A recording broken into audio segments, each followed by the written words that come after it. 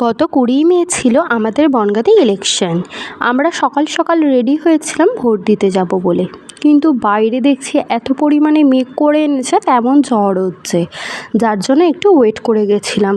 মনে হচ্ছিল বৃষ্টি নামবে, ভাবতে ভাবতেই কিন্তু প্রচুর পরিমাণে ঝমঝমিয়ে বৃষ্টি শুরু হয়ে গেছিলো। আর এত পরিমাণে হাওয়া দিচ্ছিল, তার সাথে দমকা হাওয়ার সাথে হচ্ছিল বৃষ্টি। এই সময় কি বেরোনো যায়?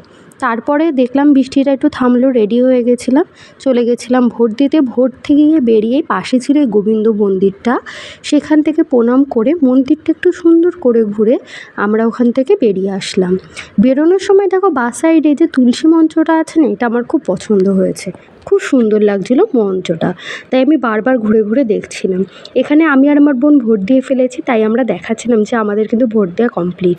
লগ্নে আমি এতটা এক্সাইটেড ছিলাম ভোট দেওয়ার জন্য, কি বলবো, আমি ওখানে গিয়ে লাফাচ্ছি কখন ভোট দেবো। যাই হোক, দিতে পেরেছি। আমি একজন আজকে মিনি ব্লগটা এখানে শেষ করলাম, আমরা বাড়ি যাই। তোমরা সবাই সাবস্ক্রাইব করেছো।